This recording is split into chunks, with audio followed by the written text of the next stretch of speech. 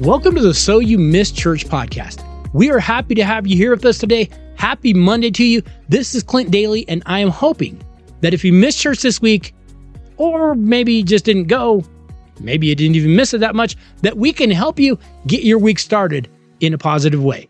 We begin today with a passage from the New Testament in the Gospel of Mark and chapter 2, and it says, "A few days later, when Jesus again entered Capernaum, the people heard that he had come home. They gathered in such large numbers that there was no room left, not even outside the door, and he preached the word to them. Some men came, bringing to him a paralyzed man carried by 4 of them. Since they could not get him to Jesus because of the crowd, they made an opening in the roof above Jesus by digging through it and lowered the mat the man was lying on. When Jesus saw their faith, he said to the paralyzed man, 'Son, your sins are forgiven.'" We witness one of the miracles of Jesus right here. Crowds are following Jesus around in such large numbers that there is no more room. It is packed. He's trying to speak, but people are trying to get close to him. And Jesus is speaking in this house, but the house is standing room only.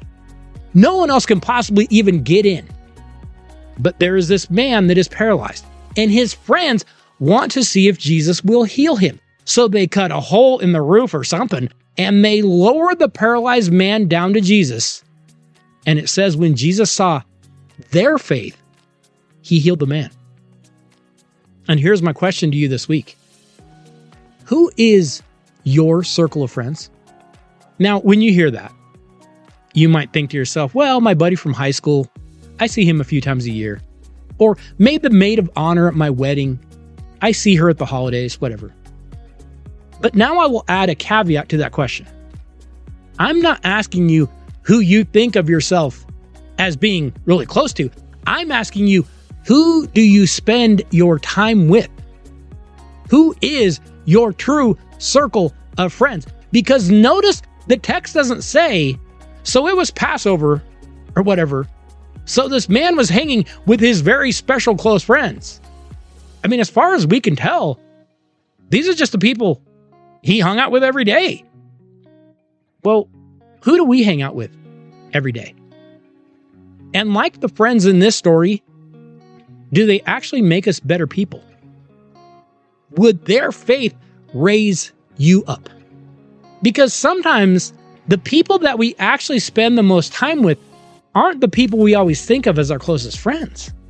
They might be work friends, or school friends, or just social friends. But when we really stop and consider it, they might not really be the type of friends that we see in this story. And no, I'm not saying cut those people off and stop being their friends. I mean, unless they're toxic to your life, that isn't really necessary. But this week, I encourage you to be more aware of who your actual friend group is. Are they the type of people whose faith would heal you? Are they the type of people that would be so selfless they would lure you through a hole in that ceiling? Or are they just acquaintances that you hang out with? Do they tend to drag you down with their negative energy? And now let's add one more question for you to consider this week. What kind of friend are you? Would your faith lift them up? Do you encourage them? Do you make them better? I encourage you to consider your true circle of friends this week. Who do you spend time with? And how are you affecting each other? Remember, you can always contact the podcast at youmissedchurch@gmail.com. Feel free to reach out to us. You can follow us on Facebook or X at You Missed Church, and you can subscribe to the podcast pretty much anywhere podcasts are hosted, or just follow us on YouTube. I wish you all a very happy Monday, and I hope that you have a great week.